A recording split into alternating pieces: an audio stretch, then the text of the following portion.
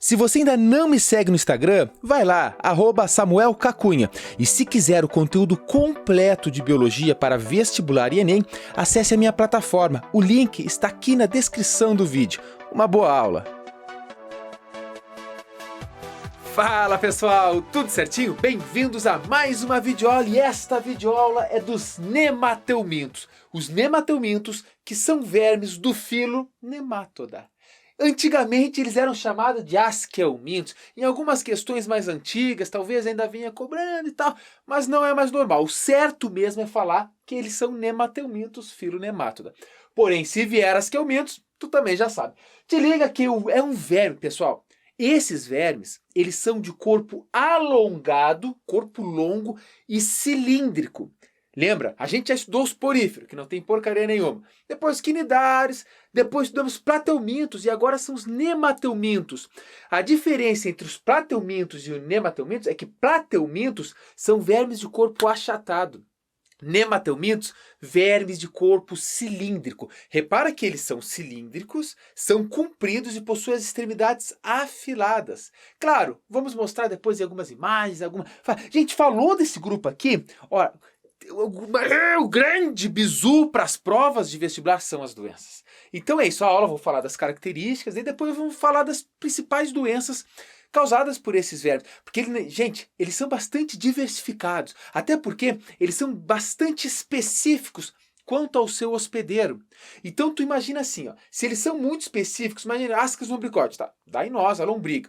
Agora tu imagina que tenha várias e várias lombrigas para cada uma das espécies, por exemplo, de primatas, depois tem lombrigas em outros tipos de animais, ou seja, eles são tão específicos que acredita-se que eles têm uma grande diversidade. Óbvio, ainda se conhece várias, mas acredita-se que ainda existam muitas por conhecer, uma vez que a gente encontra eles, né? Encontra essas espécies dentro de outros, porque a grande parte são parasitas, né? Então vamos lá. Bom, características, depois eu falo das parasitoses. Características, são triblásticos, nenhuma novidade, plateuminto era triblástico, só que te liga aqui, olha aqui que vem de novidade evolutiva. Esses animais são pseudocelomados. Lembra? Os plateumintos, eles eram acelomados. Aqui surge um pseudoceloma, um falso celoma. Ou seja, é uma cavidade interna. Tá? Só que essa cavidade interna, ela não é preenchida completamente, ou melhor, revestida completamente pela mesoderme. Isso aí você se lembra lá das aulas anteriores, inclusive da aula de embriologia, tudo mais, a gente já falou muito sobre isso. E também da aula de introdução de zoologia. Bom, outra novidade evolutiva muito bisurada é que o sistema digestório é completo. Só um pouquinho, quem sabe faz ao vivo, né? Olha só, digestório... Esse sistema digestório, pessoal, deles é completo. Significa que eles têm boca e têm ânus. Isso é muito importante. Lembra que a gente falou, ó, biologia é isso, é puxar os links. Lembra que nós falamos na aula passada que os plateumintos, eles possuem boca, mas não possuem ânus, então é incompleto. Repara que eles tinham que comer e tinham que esperar o negócio digerir, botar para fora para comer mais, botar para fora para comer mais. Nesse caso, não. O fluxo é contínuo e unidirecional. Tu está comendo, está saindo, está comendo, está saindo. É mais ou menos, é isso que acontece com nós. A gente come e não tem isso. Sai lá por baixo e a gente come por cima. Isso aí também é um problema, que a gente fica comendo, né? Quer comer, já está com fome e come mais, mas não tem problema. Evolutivamente, é uma grande adaptação. Isso aí favorece o sistema nutritivo do animal. Bom, outra coisa interessante que a gente poderia colocar como novidade evolutiva, mas não é um sistema novo. Eles têm sistema nervoso, plateumintos também tinha. Só que nesse caso, o sistema nervoso deles, na região anterior, ele tem uma forma de anel. Justamente porque eles têm espaço agora, eles são redondos, eles têm pseudoceloma. Então eles possuem um sistema nervoso ganglionário em forma de anel. E dali, desse anelzinho nervoso, partem nervos longitudinais pelo corpo desses vermes cilíndricos. Outra coisa interessante, simetria bilateral, nenhuma novidade, plateuminto também tinha, simetria bilateral, você conseguir dividir o corpo em direita e esquerda. Cutícula, isso também é bizu. Gente, são vermes extremamente resistentes, eles têm que passar pelo ácido do teu estômago. Por exemplo, aqui, o Ascaris lumbricoides, ele tem que passar, como é que ele suporta? Eles possuem na epiderme uma cutícula muito resistente. E essa cutícula recobre todo o corpo dele. E quando ele vai crescer, ele elimina a cutícula para secretar outra. Isso aí a gente pode chamar de equidise. Nós vamos estudar a equidise raiz mesmo, depois lá nos insetos. Bom, não possui sistema cardiovascular nem respiratório. Não possui. Portanto, as trocas continuam sendo feitas por difusão. Mas lembre-se, agora ele tem um espaço dentro deles, que é o pseudoceloma. Isso favorece essa difusão, favorece a troca. Mas continua a difusão como era lá nas planárias. A excreção também é interessante, porque eles têm um sistema excretor muito rudimentar e tal, só que eles têm uma célula, na verdade, uma célula que é muito importante na excreção, que é uma célula chamada de renetes. São células em forma de H, uma célula muito gigante, em formato de H, que faz essa secreção, que normalmente a secreção na verdade, a excreção é amônia. Também é interessante você falar. Outra coisa, características gerais deles, né, do geral, assim, do grupo em si. Eles são geralmente dioicos, com fecundação interna. Então, normalmente a fecundação interna tem o macho, tem a fêmea, e a fecundação interna. Geralmente, tem exceção para tudo, né? Mas isso aqui é regra geral. Não, gente, bizu, isso aqui não é todo mundo que sabe, hein? Então, tu vai estar um passo à frente da concorrência. Te liga, não existe em nenhum grupo, nenhuma espécie de nematelmintos, células com cílios ou com flagelos. Normalmente, né? Inclusive a gente estudou aqui nos plateumintos que tem células com flagelos, depois tem células com cílios, é muito normal. Professor, não tem mais, peraí. Nós também não temos. Nos espermatozoides, aqui ó, na traqueia, cílios, lembra a especialização de membrana? Nós temos, gente, em vários animais possuem. Só que nenhum dos nematelmintos, isso é até uma coisa curiosa, não possui. Aí você fala, não, mas parei, o espermatozoide deles, quando eles produzem espermatozoide, tem que ter um flagelo para nadar, Não, eles se locomovem por pseudópodes. Então, gente, não, isso aqui tu pode anotar que é um bizu bem interessante. Nenhuma célula, nem cílio, nem flagelo. Outra coisa, característica do grupo, eles possuem fibras musculares, musculatura, no sentido longitudinal ao corpo. Portanto, o movimento deles é nesse sentido, é dorso ventral. Eles não conseguem, é limitado, porque eles não têm fibras para tudo que é lado. Então, é só em um sentido. Reprodução sexuada com, dimorfismo sexual. Tá aqui, isso aqui é dimorfismo sexual. Por exemplo, eu peguei o Ascaris. O Ascaris tem a fêmea que pode chegar até 30 centímetros e o macho que pode chegar entre 15 e 20 centímetros. Fêmea maior, até porque ela tem que ter espaço para fazer a maturação dos ovos. Repara que o macho ele tem essa curvinha. E essa curvinha serve para quê? Para ele se agarrar na fêmea e fazer a cópula. Isso é interessante, porque eles têm, o macho e a fêmea. Imagina um bicho cilíndrico assim, ó. Como é que ele vai conseguir fazer a cópula, né? Então ele tem essa estrutura aqui, envolve ali no polo genital feminino, da fêmea, e ele consegue então fazer o acasalamento. Imagina, uma pessoa que está com Ascaris lumbricoides no intestino, tá lá 300 vezes, 300 já está quase morta, né? Já não morreu. 50 é um número razoável. 50 lombrigas dentro de ti. Eles estão fazendo a festa ali dentro, cara. Festa comendo de graça, tendo proteção e ainda achando que o teu intestino é lugar de acasalamento. E acasalam lá e tu começa a eliminar os ovos que a fêmea vai colocando continuamente com as fezes. Mas isso, assunto, mais adiante para lá. Beleza, então fêmea, macho aqui, eles podem ser marinhos, podem ser dulcícolas e podem ser terrestres. Sim, gente, existe uma grande diversidade, não são todos eles que são parasitas. Só que o importante para vocês é saber os parasitas, mas a diversidade é grande. Agora te liga, olha as principais parasitoses causadas pelos nematelmintos, né? Ascaridíase, que é causada por um verme. Gente, essa aqui, a ascaridíase, é a doença parasitária mais comum no mundo. Estima-se hoje que existem aproximadamente 1 bilhão de pessoas com lombriga. Aí tu fala, professora, não tem.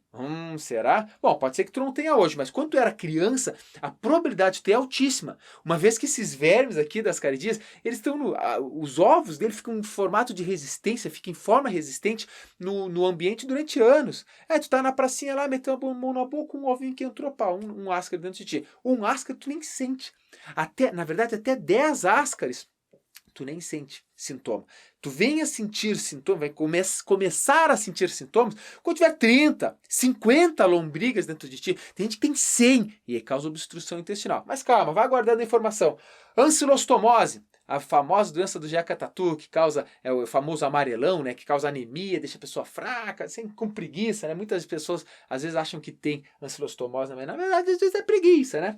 Bicho geográfico, é uma larva, né, que vai tentando penetrar na tua pele, mas não consegue, então deixa a marca. Filariose, elefantíase, eles ficam nos vasos linfáticos, vermes muito fininhos assim, eles ficam e entopem os vasos linfáticos, ocorre a retenção de líquido e tu fica com a famosa elefantíase, parece que tu tem uma perna de elefante. E enterobiose é o que dá a coceira anal, prurido anal, porque as fêmeas vão até, elas, né, vivas ainda, elas migram até a região do ânus, onde elas morrem para colocar os ovos, literalmente elas se rompem, liberam os ovos, e isso dá uma baita de uma coceira. Então essas são as parasitoses e é o que cai no vestibular. Já passei o resumo para você, mas você é aluno do professor Samuel Cunha, que a gente tem que se aprofundar mais. Então eu vou botar um quadro, né, uma partezinha do quadro para cada uma dessas doenças. Vou falar, quando necessário, do ciclo e do que é importante para prevenir, que é isso que os vestibulares vão tentar te pegar. Então eu vou apagar aqui e a gente segue na aula. Fica ligado. Então agora vamos falar das doenças parasitárias que são causadas pelos nematelmintos. Lembre-se, isso que é o mais importante. Então, sabe, quando a gente fala de doença, é algo muito amplo. Então a gente tem que saber as palavras-chave. O que tem que fazer é pegar palavras-chave que façam que você se lembre de cada uma dessas doenças, que é muito. Você já estudou de vírus, depois bactéria, isso aqui para ter o medo. É muita doença. Então você tem que se lembrar sempre da... Isso é até um bizu de estudo, já aproveitando aqui uma dica de estudo, professor Samuel. Quando você estiver estudando, sabe quando a gente marca com aquelas canetinhas coloridas um livro, por exemplo? Tu não pode marcar o livro inteiro. Tem gente que vai fazer só uma marcação, só o que é importante. Tu acaba tá o livro inteiro marcado. Não. Essas canetas é para você marcar as palavras-chave. Por exemplo, tu vê uma palavra lá que fala, o animal tem simetria bilateral. Pum, só aquilo ali. Entende? Tu não precisa escrever tudo, porque no momento que tu tá fazendo a prova, tu vai fechar o teu olho e vai se lembrar. Essa é a palavra-chave. E chegando essa palavra-chave, aí tu consegue decorrer, né? Tu consegue relembrar e vem tudo, e aí tu consegue escrever sobre, fazer gancho, e aí tudo fica tranquilo. Então lembre-se, palavras-chave. Isso é uma dica do professor Samuel. Então vamos começar falando da parasitose mais comum no mundo. Pessoal, já falei para vocês, a ascaridias, estima-se que hoje existam aproximadamente 1 bilhão de pessoas, segundo, não sou eu que estou falando, Organização Mundial de Saúde. É óbvio que se você vive numa região que tem um bom saneamento básico, você não é daquelas pessoas que saem na rua botando a mão na boca, vai na praça, se deita no chão, come terra. Se tu não é uma dessas pessoas e vive numa cidade com saneamento básico, ok? Tá ótimo, mas pessoal, acredite, ainda no Brasil, e isso a gente vai estudar depois lá em ecologia e tudo mais, você vai ver que existem muitas pessoas, mas eu tô falando muito, não é 2%, não, deve ser quase, estou meio desatualizado nos dados, mas eu me lembro que chegava a quase a 30% da população brasileira não tem um tratamento, um saneamento básico adequado. Essas pessoas estão mais vulneráveis às ascaridias. Então quando a gente fala que é 1 bilhão, pessoal, no mundo inteiro, 1 bilhão, tem mais do que 1 bilhão de pessoas no mundo com saneamento básico precário. Então, tu tem que imaginar isso. Agora, mesmo se você mora, por exemplo, lá em Pelotas, lá tinha uma colega minha, era minha colega, fez mestrado também em parasitologia, ela foi numa praça, famosa Praça Coronel Pedro Osório, se você é de Pelotas ou próxima região, ela coletou terra dessa pracinha, onde as crianças estavam brincando, levou para o laboratório e adivinha, achou ovos de ascaris lumbricoides. É uma doença muito comum, ele está no ambiente, os ovos ficam de forma resistentes no ambiente. Basta a pessoa colocar a mão na boca, um ovinho, para sair a lombriga, está lá dentro de ti. Agora, claro, não é também, professor, quer dizer que eu tenho, não. A probabilidade de tu ter hoje, tu vive tudo tranquilo, é pouca. Mas, te liga, se você já foi criança e brincou em praça, a probabilidade de tu ter tido, pelo menos uma vez na vida, 1, 2, 5 lombriga dentro de ti, é muito grande. É óbvio, não vai causar sintomas, até umas 5, até umas 10 lombrigas não causa sintoma. Agora, se você tem 50, 60, 100 lombrigas dentro do teu intestino delgado, porque elas ficam aqui no intestino delgado, o que acontece? Elas vão se enredar e elas causam obstrução intestinal. Se você procurar agora no YouTube, coloca aí, cirurgia ascaris lumbricoides ou só ascaridíase, você vai ver as pessoas com essa obstrução, normalmente crianças, né? Tem esse contato mais com a terra, o médico tirando aquelas lombrigas uma por uma e botando num pote, você vê, caraca, se tu não tem estômago forte, né? Porque tem gente que depois disso não come macarronada durante 1 ano, basicamente. Eu, tranquilo, né? A vida inteira quase estudando esses bichos aí nos últimos 7, 8 anos. Beleza. Então vamos decorrer. O nome é lombriga, só tem um hospedeiro nós. Eu falei para vocês que esses animais aqui, né, eles são altamente específicos, eles são muito específicos. Então o Ascaris lumbricoides parasita o ser humano, só. Beleza, então um único hospedeiro vive no intestino delgado, como eu falei, e os ovos saem nas fezes. Bom, para ficar tudo super didático, eu vou mostrar para você, porque tem uma migração bem interessante. Então eu vou jogar o ciclo, vou narrar o que está acontecendo ali e você vai bisurar, fica ligado. Pessoal, então imagina que uma pessoa está com as lombrigas aí no intestino delgado. Bom, elas estão ali acasalando, o macho com a fêmea, todo aquele negócio, e a fêmea começa a colocar ovos. Esses ovos, obviamente, vão ser com as fezes. Se não tem o saneamento básico, o saneamento adequado, e se essas fezes dessa pessoa caem em rios, caem em hortaliças, a gente tem pessoas que usam fezes para deixar mais fértil o solo, isso tudo não se deve fazer. Mas supondo então que fizeram. As fezes dessa pessoa contaminada foi para o ambiente.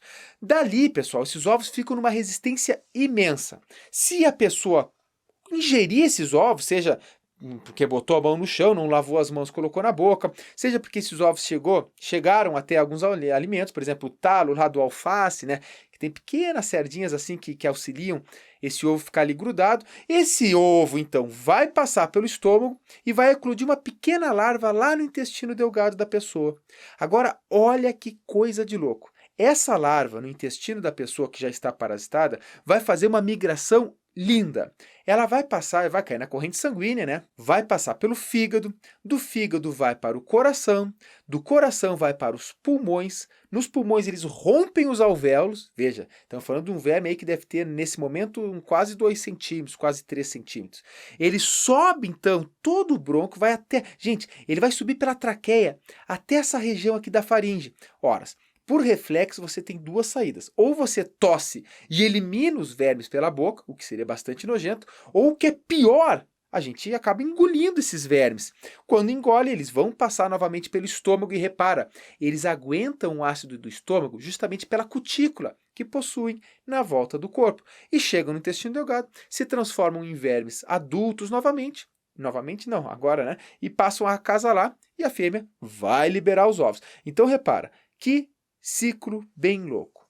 Pessoal, é por causa dessa migração, tu imagina, ele perfura a parede intestinal, cai na corrente sanguínea, fígado, pulmão, coração, pulmão. Aí tu imagina, tranquilo. Mas agora, se a pessoa colocou aí, sei lá, 200 ovos de asca, imagina 200 bichinhos pequenininhos fazendo essa migração. Pode causar problemas hepáticos, problemas cardíacos e, o que é mais comum, problemas no pulmão. Até algumas inflamações que podem gerar pneumonia. Aí a pessoa vem até aqui, né? Às vezes tosse esses vermes, que coisa de louca, né? Mas normalmente engole e eles viram adultos. Muitos vermes no intestino, eles se enredam, problemão, cara. Às vezes tem que fazer cirurgia, ok? Mas no mais, pessoal, os sintomas das cardíacas estão relacionados com o número de vermes. Até 10, tranquilo, de 10 a 50 lá, começa a ficar problema, acima de 50 é grave e pode matar. Inclusive porque se a infestação é tão grande, aí os próprios vermes adultos, não tem mais espaço ali, eles estão competindo. Então às vezes eles saem vivos durante a defecação da pessoa, ou eles podem subir, a pessoa acaba vomitando vermes. Aí é vermes grande mesmo, já está adulto, não é mais de 2, 3 centímetros. Ele lembra, a fêmea aqui, gente, pode chegar a 30 centímetros. É coisa de louco, né? Enfim, é uma coisa... Gente, é nojento. Imagina ter essas lombrigas da titi. Enfim, para tratar, basta tomar um albendazol, um remedinho de 5 pila. Mas o melhor, e o que o vestibular pode cobrar, é a prevenção. Se tu sabe tudo isso que a gente já conversou, isso aqui é uma conversa, eu nem tô me ligando muito, essa aula tá meio demorada, isso aqui é uma conversa porque é isso que faz a gente internalizar sobre as doenças, ok? Então, mas se você já sabe o ciclo, sabe como contrai, né, comendo os ovos, na boca, tudo mais, você sabe como prevenir. Lavar as mãos, saneamento básico para o sorete estar no lugar adequado, tratar pessoas doentes, porque se tu dá o remedinho para uma pessoa doente, ela para de ser uma pessoa que está disseminando os ovos, educação sanitária, e aí tu vai pensando em várias outras coisas, ferver água antes de beber, evitar o contato com alimentos sem antes lavar, sem esterilizar, aquele troço tudo, botar no vinagre, o alface, o talo, lavar com bastante cuidado, porque são coisas importantes. Essa aqui é uma doença Importantíssimo de você saber. Agora vamos falar da famosíssima ancilostomose, também conhecida pelo amarelão. É causada pelo verme Ancylostoma duodenale, meio que apagou, mas é duodenale, e Necator americanus. Qualquer um desses pode causar essa doença. Repara que é amarelão justamente porque esses vermes eles se grudam no teu intestino delgado e eles têm pequenos dentinhos. Esses dentes perfuram e rasgam e eles começam a sugar o sangue. Ah, professor, mas um verme desse tamanhozinho assim vai me causar problema se sugar meu sangue? Ou não, mas imagina aí centenas. Ah, eles começam a sugar o sangue e geram a anemia. Pessoal, anote isso aqui, é bizu também. É a famosa doença do Jeca Tatu. Monteiro Lobato, há mais de 100 anos atrás, gênio, escreveu a história do Jeca Tatu. E Jeca Tatu era um fazendeiro que vivia cansado. Vivia de pé descalço e ele falava assim, sinto uma canseira sem fim e uma dor na cacunda. Só tenho vontade de dormir, de deitar, não quero fazer mais nada. Vivia cansado, levava uns gravetinhos assim e já não aguentava mais. Mas aí Monteiro Lobato explicava, o Jeca Tatu não é assim preguiçoso. Ele está assim, está preguiçoso. Por quê? Porque, na verdade, se ele não tivesse parasitado, ele não estaria com anemia, ele não estaria preguiçoso. Só que a doença debilitou tanto ele, deixou ele numa anemia tão profunda, que ele acabou ficando preguiçoso. Então ele não é, ele está. Veja só, jargãozinho, isso aí, se liga que o vestibular pode cobrar de ti. Ok? Então veja, a doença do Jeca Tatu, bizu, da Monteiro Lobato, eles também estão no intestino delgado, estão sugando o sangue. Bom, um não faz problema, vários fazem. Mas agora, o que tem de particular nesse verme aqui é que ele consegue fazer penetração ativa na pele. Tanto é que se tu olhar, põe na internet aí, Jeca Tatu, beleza? Você vai ver que ele está sem calçado, ele está de pé descalço, sem sapato. Ora, por quê? Justamente para mostrar que é a partir da penetração ativa na pele que a pessoa pega a ancilostomose. Então, essa é a característica. Agora eu vou mostrar para vocês o ciclo, muito simples e muito semelhante também com o das caridíases. Diferença é que aqui tem que comer os ovos e aqui a larva penetra diretamente, ok? E aí você vai entender um pouco mais, a gente já fala da prevenção, fica ligado. Veja, então a pessoa que está parasitada, ele está eliminando, né, os ovos, eles estão acasalando no intestino delgado, os vermes, né, e os ovos estão sendo nas fezes. Esses ovos embrionados caem no ambiente, a larva eclode, repara que eclodiu no ambiente, então ele vai estar relacionado a ambientes úmidos ou alagadiços, né, e se a pessoa passa por ali, ele penetra na pele. Quando ele penetra na pele, cai na corrente sanguínea e faz um ciclo muito semelhante à das caridíases que eu mostrei para vocês.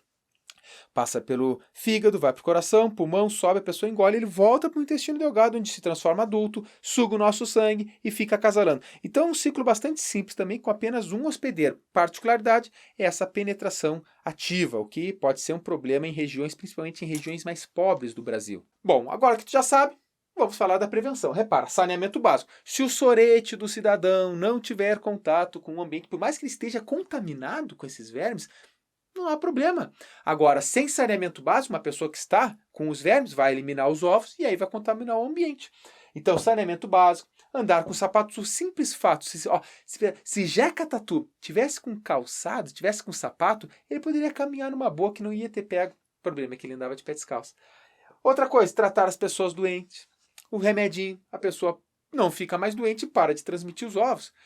Mas, vamos lá, saneamento, educação ambiental, as pessoas, chegar à educação ambiental. Pessoal, seria tão mais simples o governo tentar investir um pouco mais nisso, né? Porque a gente tanto fala em SUS, a gente sabe que é revolucionário o SUS. Se desse certo, a gente sabe que não dá certo. Que dá certo, mas tem os seus problemas, filas imensas, pessoas morrendo, hospitais lotados. Então, o SUS é uma utopia muito bonita, algo lindo e que, parabéns. O problema é que não funciona como deveria, né? E o que acontece? Se o governo pegasse forças para investir em educação sanitária para as pessoas, o SUS ia desafogar. Porque, gente, o simples fato de a pessoa entender esse mecanismo aqui, não ia ter. Agora, mas professor, é impossível. Como é que as pessoas não sabem que não pode fazer o cocô na rua? Pessoal, nós estamos falando, vocês que estão aqui, muito provavelmente, são pessoas super educadas, super estudiosas, estão aí tentando um vestibular. Agora imagine, tem regiões do Brasil onde o analfabetismo ainda é muito grande. Não chega a informação para essas pessoas. Internet, mas tu acha que todo mundo tem internet, todo mundo tem acesso à informação? Não, gente, infelizmente ainda não. Por isso, o governo tinha que investir nessas campanhas públicas para, enfim, para a informação chegar para as pessoas. A educação é melhor. Lembra? Aí a gente já estava falando, viajando aqui, mas veja, se tu investir em saúde e você investir em segurança, isso é imediato, tem que ser para agora. Mas quando tu começa a investir em educação, isso é a longo prazo. O resultado de uma educação forte não vai vir no segundo ano, vai vir no 15º, no 20º ano. Porque é um processo lento, mas necessário. Se os nossos governantes não olharem para a educação, não olharem para isso, que essas doenças parasitárias vão cada vez ser mais comuns. Essa aula vai ficar muito comprida, mas é doença. A gente vai comer pipoquinha, sassaflix, vamos junto. Ó, bicho geográfico aqui está relacionado, é um bicho muito parente desse aqui. Só que ele tenta penetrar na pele, esse consegue. Esse aqui, que é o Ancylostoma brasiliense, ele tenta penetrar na pele, só que ele não consegue. Então ele entra na pele, mas não chega na corrente sanguínea. Então ele fica andando pela pele procurando a corrente sanguínea e não acha. Enquanto que ele está andando pela pele, ele causa esse rastro que forma a marca e por isso chamado de bicho geográfico ou ainda larva migrans. Porque ele tenta penetrar, não consegue, vai andando, fica um rastro de inflamação que lembra um mapa. Por isso, bicho geográfico, ok? Isso aqui é muito comum a pessoa andar de... sentou, tu senta na praia às vezes, e às vezes tem cachorro, tem gato lá, é um problema. Porque esse verme aqui em cachorros e em gatos, ele consegue formar o ciclo dele, como esse aqui forma conosco, esses aqui formam conosco. Agora, essa espécie, Ancylostoma brasiliense, não consegue nos penetrar, e por isso fica essa marca. Não é grave, vai causar muita coceira, vai causar uma infecção local, mas não vai matar, a não ser que a pessoa tenha uma infecção bacteriana secundária ali, aí o troço começa a se complicar. Prevenção, tratar cães e gatos, porque é uma doença que é normal deles, então o sorete do cão, do gato cai na terra e espalha os vermes. Evitar o contato direto com o solo, tu vai na praia colocar uma toalhinha, não sentar direto na areia. Evitar levar os cachorros para a praia, se tu for levar, vai ele com esse tratadinho, né? Não custa nada, um remedinho é muito baratinho também, ok? Vamos falar aqui de filariose, causado pelo verme Wuchereria bancroft, e causa a famosíssima elefantíase. Te liga que esse verme, essa filariose, ela tem 2 hospedeiros, nós e um mosquito do gênero Culex. Um mosquitão famoso que nos incomoda às vezes de noite para dormir, né? Bom, só que essa doença não tem em todo o Brasil, tá mais para a região norte, né? Vamos lá, vasos linfáticos. O que acontece? Essas filárias, elas se acumulam em vasos linfáticos. Tu sabe que vasos linfáticos fazem a drenagem do nosso corpo. Bom, elas vão para os vasos linfáticos e entopem esses vasos linfáticos. Pode ser no seio, pode ser nos testículos, mas é mais comum nos membros inferiores. E ao obstruir, ocorre a retenção de líquidos. E a pessoa tem um inchaço na perna tão grande que parece às vezes dar a impressão que é perna de elefante. Sabe o que é perna de elefante? Junta com o pé dele. Parece que a canela dele junta com o pé. É mais ou menos isso, é a impressão que dá e por isso fala-se de elefantíase. Agora, se é um mosquito que transmite, o mosquito pica de uma pessoa que tem, vai pelo aparelho bucal dele, quando vai, manda as filárias para outra pessoa e vai transmitir, é o vetor, ok? Como prevenir? Evitar o mosquito, usar repelente, colocar telas, tu evita que o mosquito chegue até você. É muito semelhante, só que veja, esse Culex, ele tem hábitos noturnos, então tem que te ligar que isso aqui é mais à noite. Se tu estivesse falando do Aedes aegypti, mas é mais tranquila, de dia. Esse aqui é de noite. Bom, enterobiose, causada pelo verme Enterobius vermicularis. É uma doença que também é chamada de oxiurose. Pessoal, tem só um hospedeiro. A grande característica, a palavra-chave dessa doença aqui é o prurido anal. Ele causa uma coceira ao redor do ânus muito forte. Por quê? Porque esses vermes, eles vivem no intestino grosso. O intestino grosso é a porção final do intestino. O intestino grosso tem 1,5 m. E está lá o macho e a fêmea. E eles estão acasalando bem numa boa ali. Quando a fêmea está grávida e repleta de ovos, ela migra e vai até a região perianal, volta do ânus, onde ela rompe, ela se mata basicamente, se rompe e libera os ovos. Esses ovos saem então, não precisa ser com as fezes, eles são eliminados ali. Então a pessoa está dormindo, sem querer coça o ânus que está com ovos, põe a mão na boca, fica crônica a doença. A própria pessoa infectada se infecta. E aí que se infecta? Já está infectada a pessoa? Bom, mas é mais ou menos isso, você deve ter entendido. Agora repara aqui. Chegou de manhã, as pessoas às vezes vão lá, sacode o lençol, para higienizar. Esses ovos são muito leves e eles ficam dispersos no ambiente. Aí a gente está respirando, respira, os ovos caem na saliva, mesmo que seja pelo nariz, a gente engole, pegamos também. Às vezes sem nem se ligar, sabe? Por isso que às vezes é comum uma pessoa ter enterobiose na casa, passar para todas as outras. E tu nem te ligou, pegou, ok? Então aqui, qual é o grande bizu daqui? É esse pluridanal. Deu coceira, suspeita. É muito, muito suspeita, tem que fazer exame. Lembrando que um albendazol é um remedinho muito simples, cura isso tudo aqui. Tudo, pessoal, tudo. Olha, se o governo, se tivesse políticas públicas para distribuir esses remédios com mais eficiência, para alertar as pessoas, é muito simples. Olha que utopia. Esse verme ascaridíase, ele só tem um hospedeiro.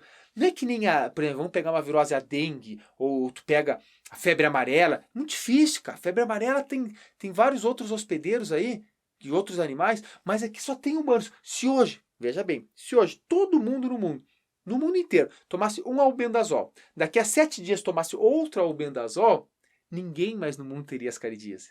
Cara, teria os ovos no ambiente ainda na forma de resistência, que iam durar vários anos, mas na pessoa não teria mais ninguém. Então você vê coisas muito simples, remédios super baratos, só que é utopia a gente eliminar. Mas o conhecimento iria diminuir drasticamente o número dessas parasitoses. Bom, sabendo isso aqui, como é que a gente previne a enterobiose? Tratar os doentes, como sempre, não sacudir roupas de cama, é interessante, né, para evitar propagação dos ovos, lavar alimentos. Esse aqui, o saneamento básico, já não interessa muito, né, porque os ovos não precisam sair, tu não tem que defecar para os ovos saírem, eles saem antes, a fêmea vai até ali, ok? Tanto é que aqui, às vezes, para constar, o que o médico pede? Um exame da fita, no qual coloca uma fitinha no ânus, tira e vai no microscópio, vai estar cheio de ovos ali. O que é grande interessante aqui saber também que isso causa uma autoinfecção, a doença fica crônica, porque a pessoa tem, involuntariamente de noite, tu coça ali, põe a mão na boca, principalmente criança, e a doença fica 1 mês, 2 meses, 1 ano, e vai, tu não cura nunca, né? Porque tu fica se infectando. Tranquilo? Bom, outro bizu que eu vou dar para vocês, ascaridíase, ancilostomose e enterobiose, eu tenho aula no YouTube completaça, aula de nível superior. Eu falo assim, ó, não precisa vocês para o ensino médio assistir essas aulas. Por isso que eu nem estou colocando aqui no cronograma para você, não precisa mesmo.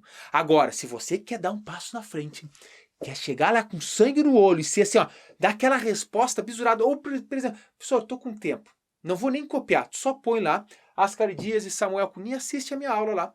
Só para você se aprofundar um pouco mais. Lá sim, tá a forma do bicho, eu falo de todos os detalhes, falo dos tipos de larva, o tempo que dura, tudo mais. São detalhes desnecessários para ensino médio, tá? Mas, se você quiser, é algo interessante, sabe? Aquele hashtag Sassaflix, pode fazer isso aí, faz a pipoquinha, coloca lá, né, na internet, deita a cadeira e assiste.